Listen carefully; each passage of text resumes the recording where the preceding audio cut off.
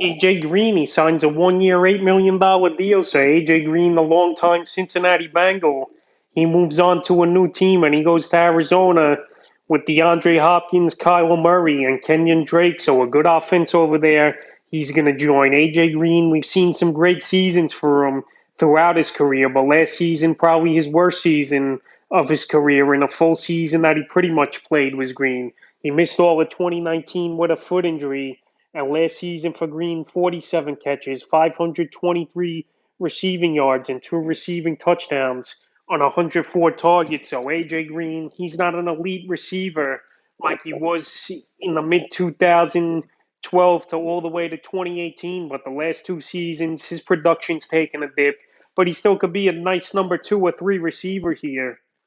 And it's a good weapon for Kyler Murray to add AJ Green to the roster now with receivers like Hopkins, like I mentioned, Christian Kirk, Larry Fitzgerald. He finally retired this offseason, Larry legend. And I think AJ Green's a good veteran presence to replace Fitzgerald. Obviously, he won't be as good as Fitzgerald was the last few seasons as Green, but I still think he could put up 500 to 600 yards this season and a few touchdowns. And as far as fantasy football goes, AJ Green, he's a player you probably will target in the later rounds, anywhere from the 12th to the 15th round. He'll be a fourth or fifth receiver on most fantasy teams. At this point in his career, he's more of a name than production after we've seen what we've seen from him the last 2 seasons. But I think it's an underrated signing.